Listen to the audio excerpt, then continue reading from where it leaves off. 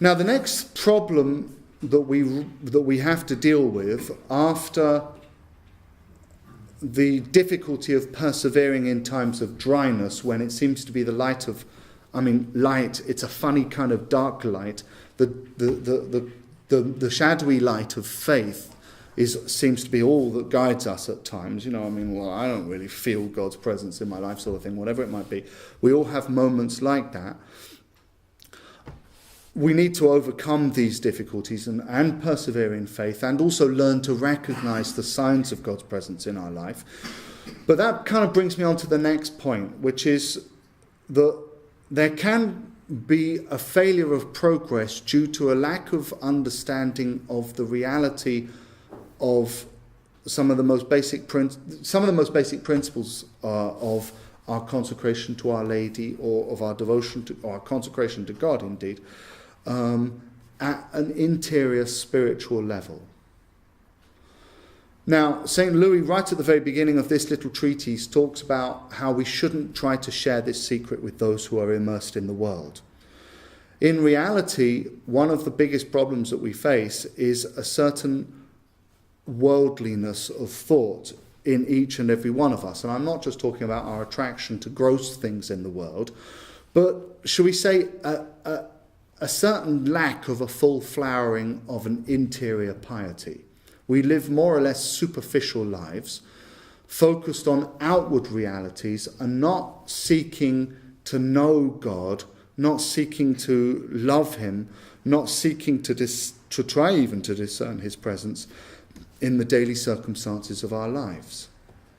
St. Jerome, I'm citing from memory, but in a letter to some holy soul, because he was actually an awesome spiritual director, St. Jerome, the doctor and father of the church, he wrote many, many letters, which have been translated into English, I think most of them, or even all of them. And he said to one holy soul,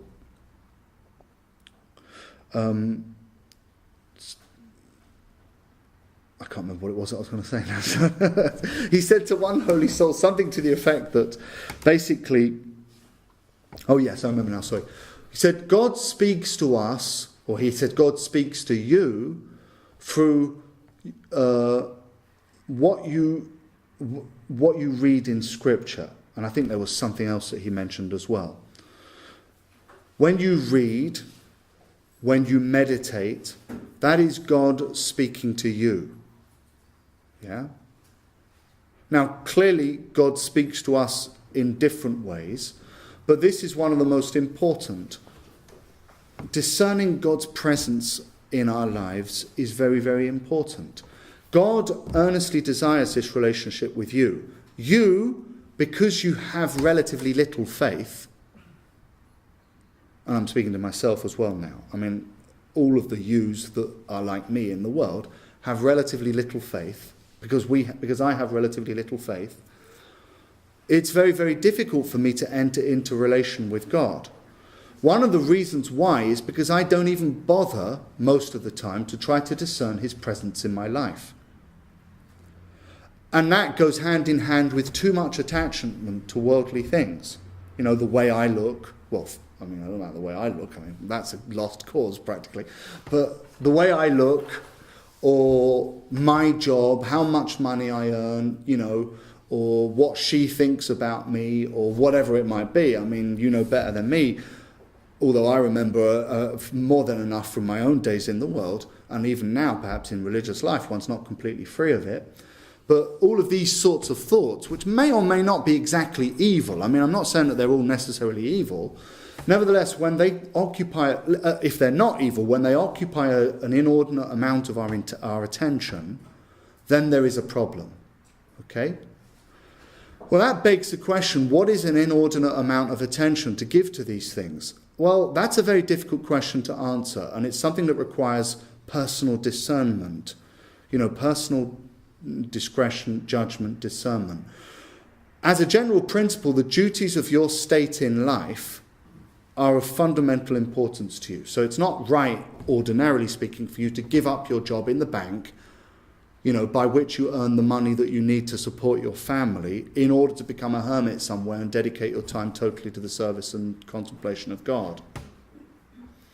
But I would say, on the other hand, it's also true that the basic duties of our state in life must be accomplished in a spirit of authentic devotion.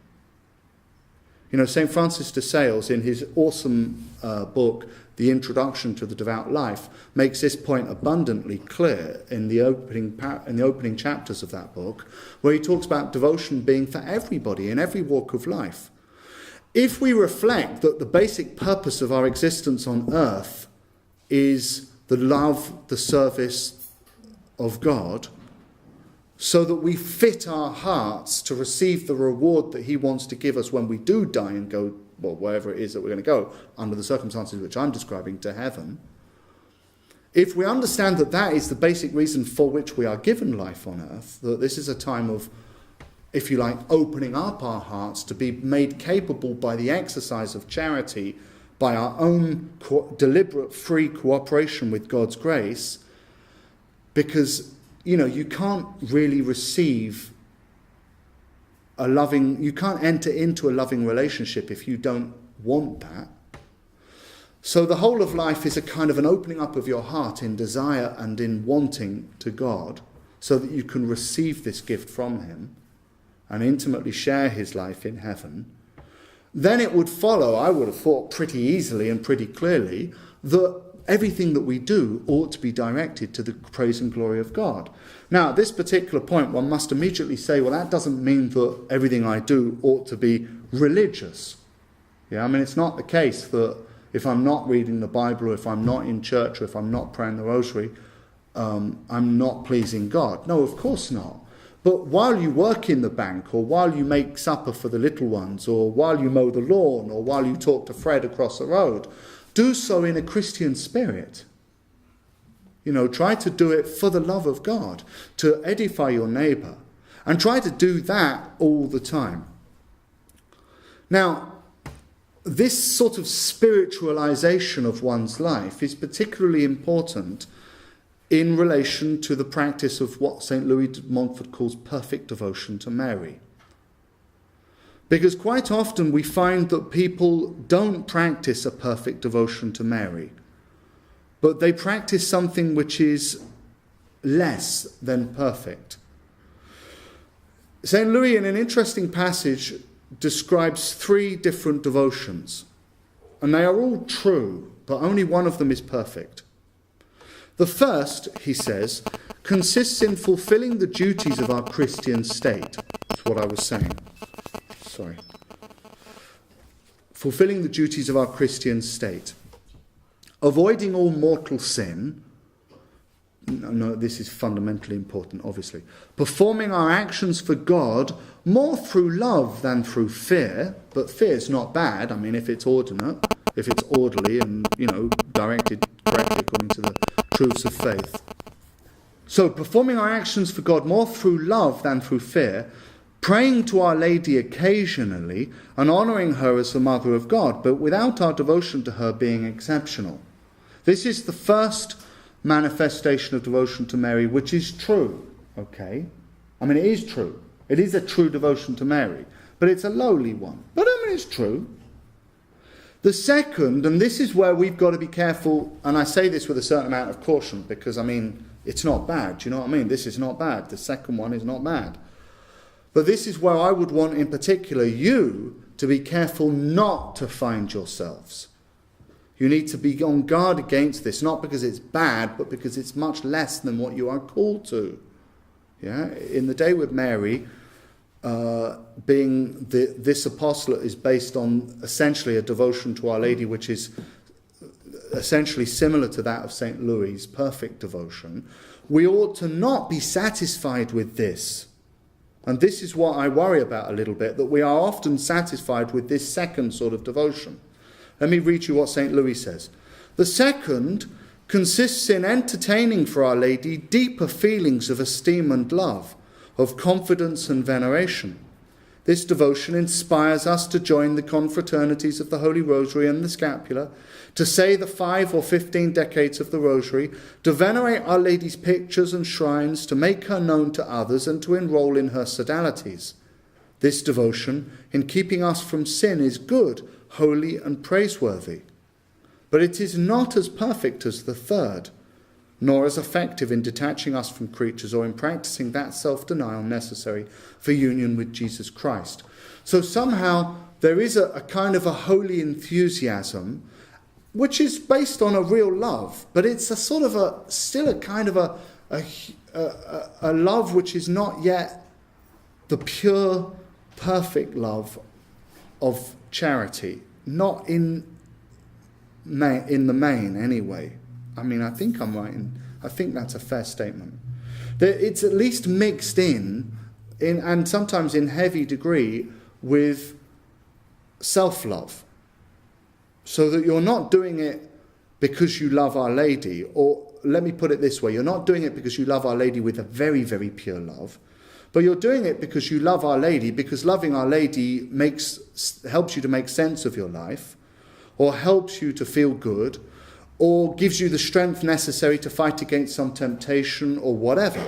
Now, all of this is excellent. It's not bad. Okay? So there is a kind of a love here and genuine charity. But I'm not sure that it's that most pure form of love which the Lord invites us to. St. Louis de Montfort goes on briefly to say at this point, the third devotion to Our Lady is one which is unknown to many and practiced by very few. This is the one I'm about to present to you. Now, what does it consist in? He says, this devotion consists in surrendering oneself in the manner of a slave to Mary and to Jesus through her, and then performing all our actions with Mary, in Mary, through Mary, and for Mary. He goes on to say, we should choose a special feast day on which to give ourselves to Our Lady. Then willingly and lovingly and under no constraint, we consecrate and sacrifice to her unreservedly our body and soul. We give to her our material possessions such as house, family, income, and even the inner possessions of our soul, namely our merits, graces, virtues, and atonements. Notice that in this devotion, he goes on to say, we sacrifice to Jesus through Mary all that is most dear to us, that is, the right to dispose of ourselves, of the value of our prayers and alms, of our acts of self-denial and atonements. This is a sacrifice which no religious order would require of its members. We leave everything to the free disposal of Our Lady for her to use as she wills for the greater glory of God, of which she alone is perfectly aware. We leave to her the right to dispose of all the satisfactory and prayer value of our good deeds. By this devotion we place our merits in the hand of Our Lady. Now, what is the point here? We make everything over to Our Lady because we believe that this is a good thing to do. Acknowledging her as the mediatrix of grace and the Immaculate Conception, we believe that by so doing, our actions with Our Lady's presence now in them in a special way, because this whole self-giving opens our heart in a massive way to Our Lady's action in our lives, we believe that they acquire an immeasurably greater perfection, let me put it like that, and that we become much more capable of not just pleasing God ourselves, but also bringing other souls to Our Lady. This is the importance of Our Lady in the apostolate. I mean, every apostolate in the church somehow stands in relation to her, but those that are based on unlimited or perfect consecration to Our Lady, which is basically two different ways of expressing the same reality, are those which are open to a particularly powerful impulse of divine grace, because everything is placed in Our Lady's hands, and nobody works as perfectly as she does.